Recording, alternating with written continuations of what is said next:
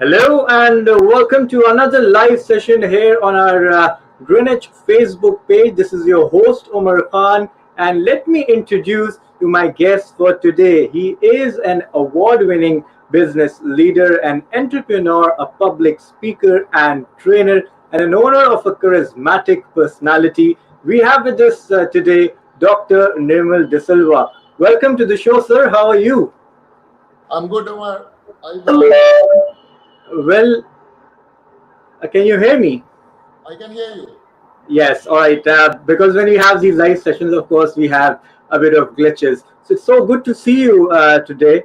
Um, we are going to talk about lots of things, and of course, especially the courses that you'll be teaching to the students in the summer school.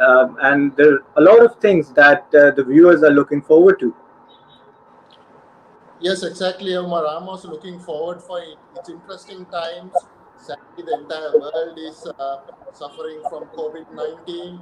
But having said that, it shouldn't stop any of us progressing in our lives in terms of gathering knowledge and improving our professional development. So we got some wonderful programs curated alongside Greenwich University. So looking forward for that. Yes, absolutely right. And moreover, what we also need to talk about that, of course, you mentioned COVID-19. We're all in quarantine. We're all here in our houses, but we need to stay positive and make the most of this time. You being a leader, telling everyone how to, to manage their stress and everything. So we have got to talk about this as well. Yes, no doubt. Of course, just like any other pandemic, Umar, all of us will have to identify a new normal now as a result of this. So, as business leaders, as university academics, as well as people, we need to really look into this particular matter and identify ways and means of moving forward because we can't go backwards anymore. Right. Pandemics of this will keep on coming in, challenges are going to come in. But having said that, we need to think out of the box, come up with innovative solutions, and identify how we can grow, whether it's our personal life, professional life, or our corporate life. Absolutely right, because as you rightly said, that we have to adjust accordingly to our new lifestyles now. How have you been spending all this time? Well, it's an interesting scenario. I think I'm a bit more busy than usual during the lockdown time frame. It's been 6 weeks since we had a lockdown in Sri Lanka, where I'm based most of my time. But it's also been an interesting journey because we've had to relook at the business models for most of the organizations that we operate in, but at the same time improve the morale of our staff, our employees, as well as look at our customers in a whole new way. So things have changed. Post COVID 19 is going to be a new normal, as people would say. The world that we are going to be embrace is also going to be a different one, irrespective True. of which part of the world that we are seated in. Hmm. But it's going to be interesting times. I see positivity in it, even though it's sad that we are losing so many lives and most of the people are suffering from the pandemic globally.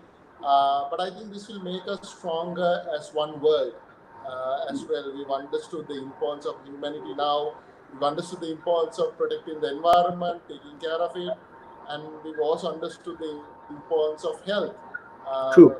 at times when we're too busy, we forget about the most important things in life. And I think this is a good eye opener for us. Absolutely right. Very well said. That now we're going to realize the little things in life that we took for granted, and now when life will give us a second chance, sooner or later, of course, we can correct ourselves to much better things. Now, let's just talk about the courses that you'll be teaching, and there's so much to offer for the students. Of course, we start one by one because, of course, we have got so much to talk about. Let's just start with the art of negotiation. We all know negotiation and communication skills are very essential in our daily lives, in our personal lives, in our professional life. So, talk us through the art of negotiation. Yeah, you're spot on there, Omar. Like every day in our lives, whether it's at a personal level or at a professional level, we are negotiating. whether it's going out for lunch with your friends and deciding a venue, or whether we have to do a corporate $1 million deal, we require negotiation. And a lot of people feel that negotiation is a science. I tend to not believe that. It's in fact an art. People can be better at it.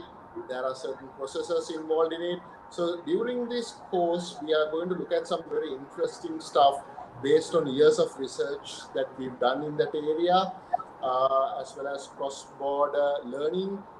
And we are also going to use a lot of case studies at Right. different contexts so that we can get a varied amount of students with different experiences to really appreciate the essence of what negotiation is all about and how to use it in their daily lives. Right, absolutely right. Because what we see is, as you just said, $1 million deal. Because just if you have that art of negotiation, you can make that very little difference and create wonders. Because end of the day, negotiation is all about a joint agreement, right, between both parties, and it's amount of getting a win-win scenario. Now there are a lot of myths involved in negotiation as well. Right. Sometimes people tend to forget about the key concepts involved in that. So during this program, even though it's a certificate course, we are going to deep dive into the subject matter, understand some of the areas and key skills that are required to be an effective negotiator. We're going to understand the importance of cross-cultural learning and the True. importance of that in negotiation, because it's not the same between negotiating in one country versus negotiating with multiple countries. Absolutely. Very well In said. fact, COVID-19 is a clear example of how world leaders are approaching this pandemic. There also you need to negotiate at internal level and external level.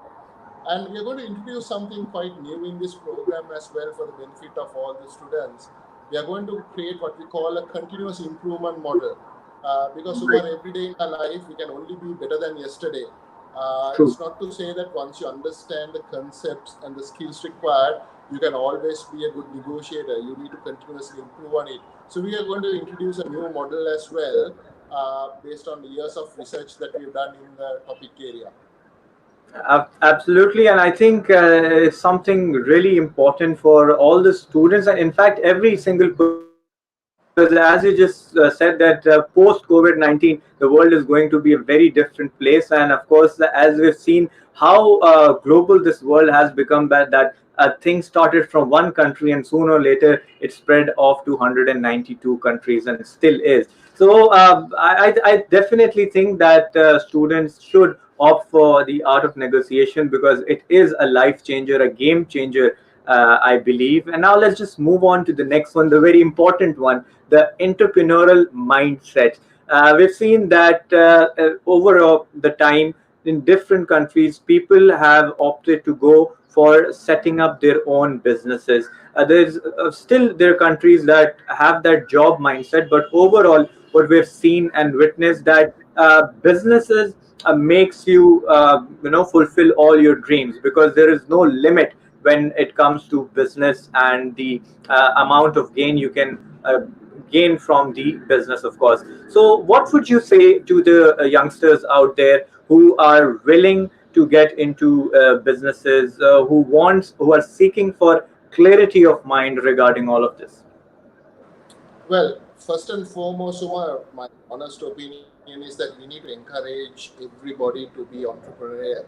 Even if they True. don't set up their own business, even within the organization, if they think and act like entrepreneur, that organization is definitely going to perform really well.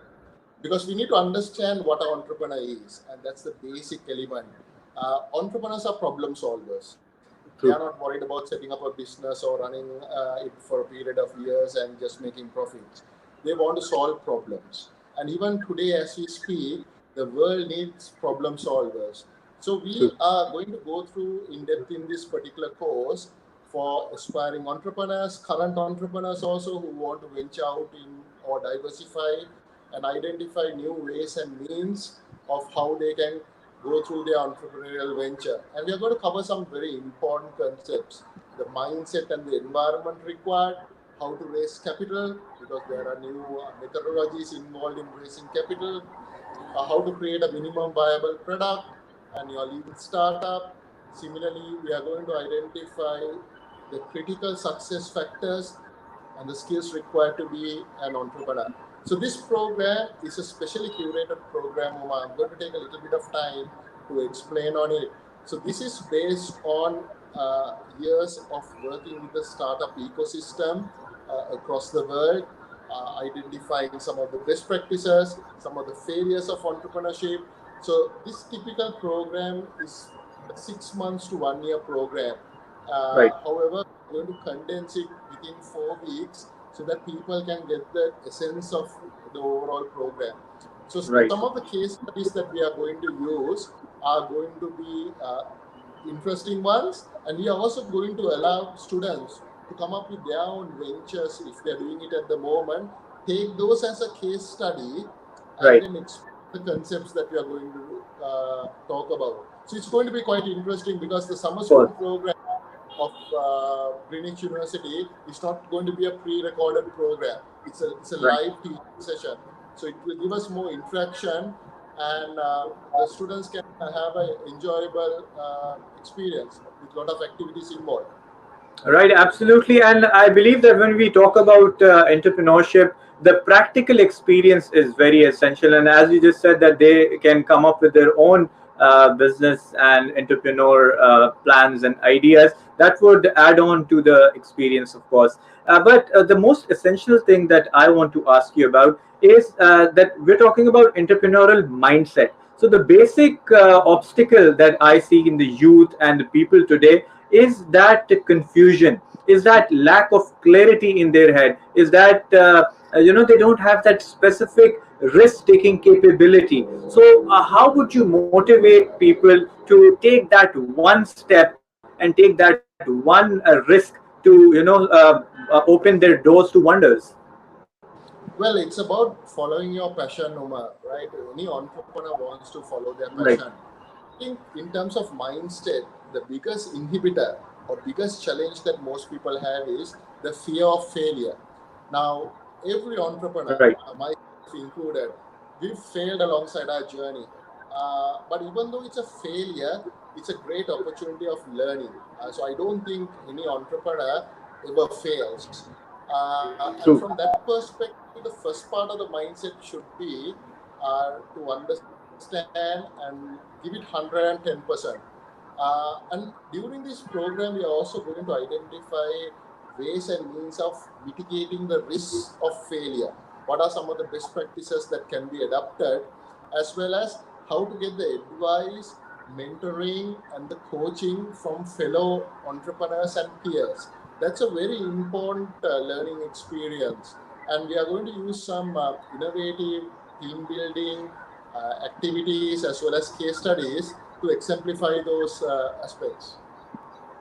Right, and I think that is really important for all the students out there. Of course, we'll be talking about your experiences over the years as well, because that's one a lot of learning in that as well. But what made you so interested about entrepreneurship and everything? Because you're an award-winning business leader, so I would like you to share a bit of your experience about your journey regarding entrepreneurship. Well, I think Umar, it's a bit of a decade-long story. I would think. I think personally, as an individual, I love to take risks.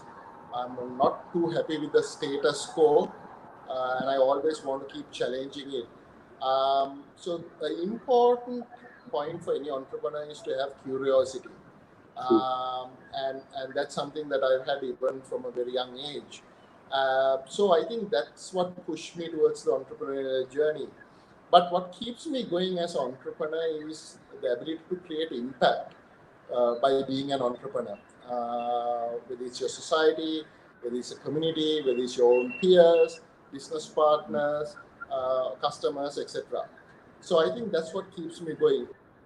And as I mentioned earlier, I usually not worried about the end destination. What is important is the overall journey of entrepreneurship and how you can learn things in the progress. So every successful entrepreneur in the world will have a black box, as I call it, an area that they would ideally like to forget. And every entrepreneur will have a success story that they are quite proud about. So I've had my fair share of black boxes and success stories, and the ability to any challenge, also an ability of an entrepreneur, and that's something that I've really cherished. So coming back into academia, why I teach entrepreneurship in most of the universities in the region is because I think we have a responsibility as entrepreneurs to groom more entrepreneurs. There is some fantastic ideas among people. It's just that you need to give them some mentoring and coaching and the right tools to flourish and be the best version of themselves. And that's what keeps me going. And even within an organizational setting, when we go to teach various departments and business heads on trying to be more entrepreneurial, we actually learn a lot from them as well. And then we just try to get their mindset right and get them to start thinking out of the box and come up with innovative solutions. So that's pretty much like the journey.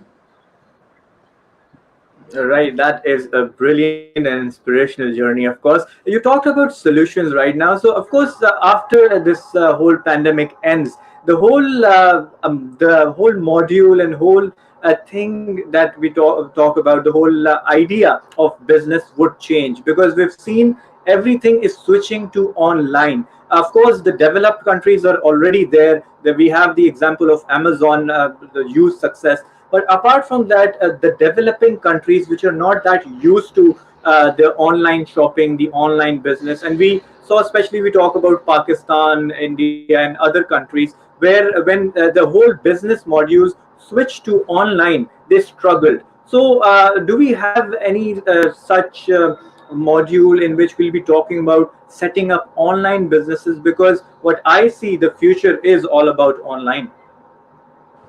You're right, Uma, and we've seen that even in the South Asian region in particular, where online has become the only fulfillment model because of the lockdowns and so forth. And we've talked about the concept of Uberization and so forth on how Uber has been able to disrupt the ride-hailing industry and the food delivery industry. So yes, we'll be talking about that. And one important critical element of the program is where we help students and participants to identify their business model, the business model canvas in particular. And when we talk about the various channels, the value creation, Right. etc., we will definitely be touching about online models and how to best use those models. Similarly, we are also going to talk about the area of marketing, and I think digital marketing is going to be a game changer for most of the companies, especially the SMEs in every part of the world, in most of the countries and across the world. So we are going to talk a little bit more in detail about how best to use the tools of digital marketing as well. Of course, and digital marketing and whole the online business is the latest thing. So now we'll move toward the other course, and that is yet again a very interesting course. Leadership in the new era. So the all of these things are interconnected in a way, because if you're a good entrepreneur, naturally you have to be a good leader. So all of these are interconnected. But I really want you to talk through the leadership in the new era and what qualities and things we need for being a good leader. Yeah, so basically, all of us have one life, but we play multiple roles. So at times, we are a leader at home, we are a leader for children, we are a leader when we go to the workplace, we are a leader in a community, etc. So leadership is common to everybody. So whether you are an aspiring leader or a current leader in your organization or workspace, program is going to be about the power play, a concept that I truly believe in. And we are going to introduce a few models called the Pride model, which I've created alongside some of the multinational companies that we've been working with over the past few years. And this is a model that we introduced in November last year. calling the next decade of survival toolkit for leaders. But unfortunately, COVID 19 came in, and we see most of those elements being really important and valid at the moment. So, during this program, we are going to talk about the Right. essential skills that you require to be a new age leader in the modern era, the importance of communication as a leader, how to be a mentor and a coach to your teams, uh, how to create optimum performance of your teams as a leader, identify your own traits and creating a strategic focus, how to create a leadership vision, which is very important. Almost all the best leaders in the world are visionaries, but you need to create a good vision and a strategic intent and a purpose. So we are going to talk about that area as well. And it's pretty much a program where self-reflection alongside your ideal state will be compared in a manner so that you can create your own framework to start improving on those areas. So all these three programs, Umar, are not just top-down programs of delivery, where in a typical lecturing process you come and talk about theory and move away. This is pretty much about the application of it and getting people to be better at what they are doing, understand the concepts, and start using it from the day of learning onwards. So it's more practical application that we are focusing on. Right, absolutely right. So, what would you like to tell the students and all the youngsters out there regarding all these things in combined? Well, it's quite a simple message, Uma. As individuals, we learn every day. Actually, we stop learning only when we leave this particular world. So, this is a unique opportunity that Greenwich University has come up with uh, to get a certification, a international quality certification with well thought out, curated programs using a number of experts in different fields. So this is an opportunity for students at a very relatively low cost at a low time period to get a quality qualification as well as knowledge and practical tips on improving themselves. So I encourage everybody watching this to enroll in the programs, talk about the programs with their friends and relatives, and really see the difference. I know for a fact how much effort has been put in terms of curating these programs. So I'm seriously looking forward for a exciting experience and learning from the students and sharing the wealth of experience that we've been privileged to have working across the globe. So I think this will be definitely a win-win from that perspective. And you're absolutely right. It is indeed a win-win situation. But let's just talk about the whole pandemic situation overall. You said we're into it for 6 weeks, and how has that changed your life? Just keeping out from the professional life. Let's just talk about as you yourself. How have you been dealing with it? Well, personally, what I've seen is life has changed. The priorities have definitely changed. And I think the new world is about survival of the most adaptable human. No more the survival of the fittest. And adaptability is something that is applicable to all of us. As humans, at times we tend to resist change. COVID 19 has definitely shown us that we need to be adaptable, we need to change, and we need to be flexible as individuals, as corporates, and so forth. Uh, Personally, this has been a wonderful time to spend more time with my kids, with my family, to speak to my business partners, students, plan uh, ahead because usually in the daily firefight that we have in our organizations and in whatever we do, we really have no time for ourselves to plan and look at ways of improvements. So this has been quite a unique experience from that regard. And again, with every pandemic and every challenge, there is heaps of opportunities which comes in. I tend to focus more on those opportunities and what we can control. And definitely, positivity is the main thing that you need. You need to stay focused. You need to stay positive. Have to be constructive to move on. You mentioned adaptability. So, how do you think? Because we've mentioned this before as well, that the business world will change. What do you think post COVID? What field of business one should enter in, and what would be an opportunity after all this time that you can enter? For example, we've seen that oil prices have fallen to a minimum level, and people are really quite worried about that. But many people say that oil is something that you should invest in right now. Similarly, there are many more things. So what do you think that is a good opportunity right now to enter as a business? I think when you look at the entire world, Uma, there is about 10 realities that we need to be focused about. So let's take healthcare. There is going to be a huge amount of investment coming into healthcare areas like telemedicine.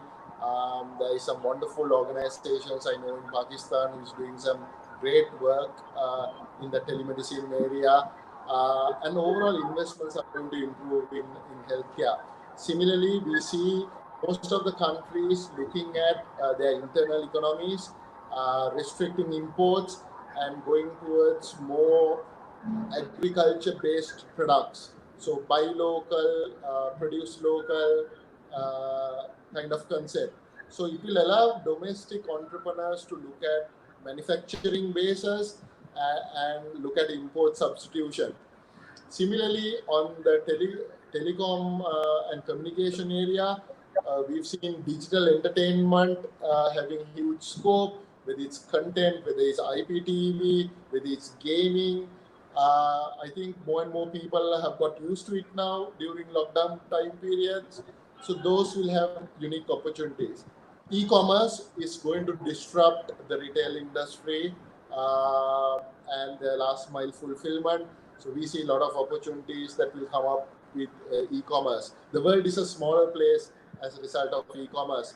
Banking, I believe, is going to get disrupted. If you take Sri Lanka in particular, people were reluctant to move into online banking and so forth. But during the last 6 weeks, there have been a push towards mobile, online banking, etc. And I would think technologies like blockchain and so forth are going to further disrupt the banking industry. I think marketing will have huge opportunities as well, whether it's digital marketing or whether it's brand storytelling. More and more organizations will have to seriously look at it. Even if you look at the restaurants with social distancing norms, people will find it difficult to go and dine in. So, how can these restaurants now promote their product and service without having dining facilities? Similarly, from a government perspective, also governance, we'll see a lot of disruption on providing services to people where technology and e-services will come about. And the changing lifestyles of you and me, Uma, as consumers, Right. our needs and wants have changed, the lifestyles have changed. So we'll be moving away from brands that we were used to brands that we feel will be essential and will provide value to us. So organizations will have enormous opportunities in that sphere. Absolutely. So there are opportunities. One should just literally seek for them and keep just looking for the open doors rather than looking at the closed doors. So adaptability is the main thing. We have to adjust accordingly. Otherwise, things can turn really ugly as well. So it's a big opportunity, and as you just said, that we have to stay positive and we have to adapt to things. So let's see. If the future is unknown, we have no clue what the coming days have in store for us. But the all the tips that you gave, all the advices that you gave, were really fruitful for all the people out there. And I really hope that they apply it on their businesses and their life so that they can benefit from it. Thank you very much, Umar. It's been an absolute privilege to be here. Thanks for having me. And again, I would encourage the students and the listeners to look at most of the Greenwich University summer program courses. There'll definitely be some interesting areas. Give it a try. I'm pretty sure that you're going to enjoy those programs. Definitely, they will, and especially I would love to enroll in one of your courses because there's so much to learn about. Definitely. So, thank you so much for taking our time. We'll definitely have another session regarding topic. And once again, thank you for your time. Thank you very much, Umar. Take care. All right. So that was Dr. Nirmal De Silva, and we'll be back with a new guest, a new topic. So until next time, take care of yourself, stay safe, and stay.